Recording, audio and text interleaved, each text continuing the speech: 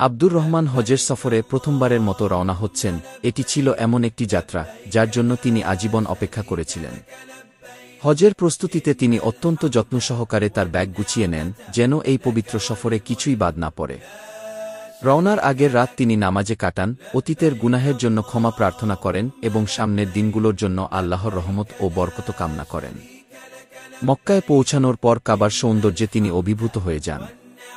কালো ঘন বর্গাকৃতির কাবা ঘরের চারপাশে তাওয়াফ করতে করতে তার চোখ জ্বলে ভরে ওঠে। বিশ্বের নানা প্রান্ত থেকে আসা হাজারো মুসলমানের মাঝে দাঁড়িয়ে তিনি যেন এক অদ্ভুত একতা ও প্রশান্তি অনুভব করেন। প্রতিটি দোয়ায় তিনি নিজের মন খুলে আল্লাহর কাছে আরজি জানান। মনে হয় যেন সকল মুসলমান এক অভিন্ন উদ্দেশ্যে একত্র হয়েছে, আল্লাহর সন্তুষ্টি অর্জনের জন্য।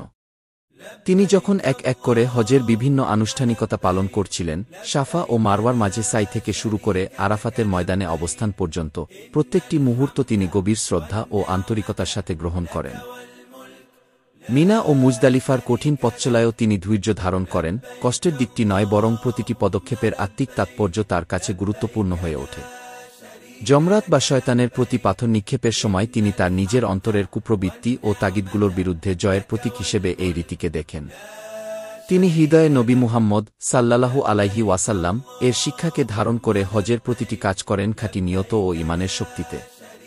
পরিবার পরিজনের জন্য দোয়া করতে করতে তার অন্তর কৃতজ্ঞতায় ভরে ওঠে।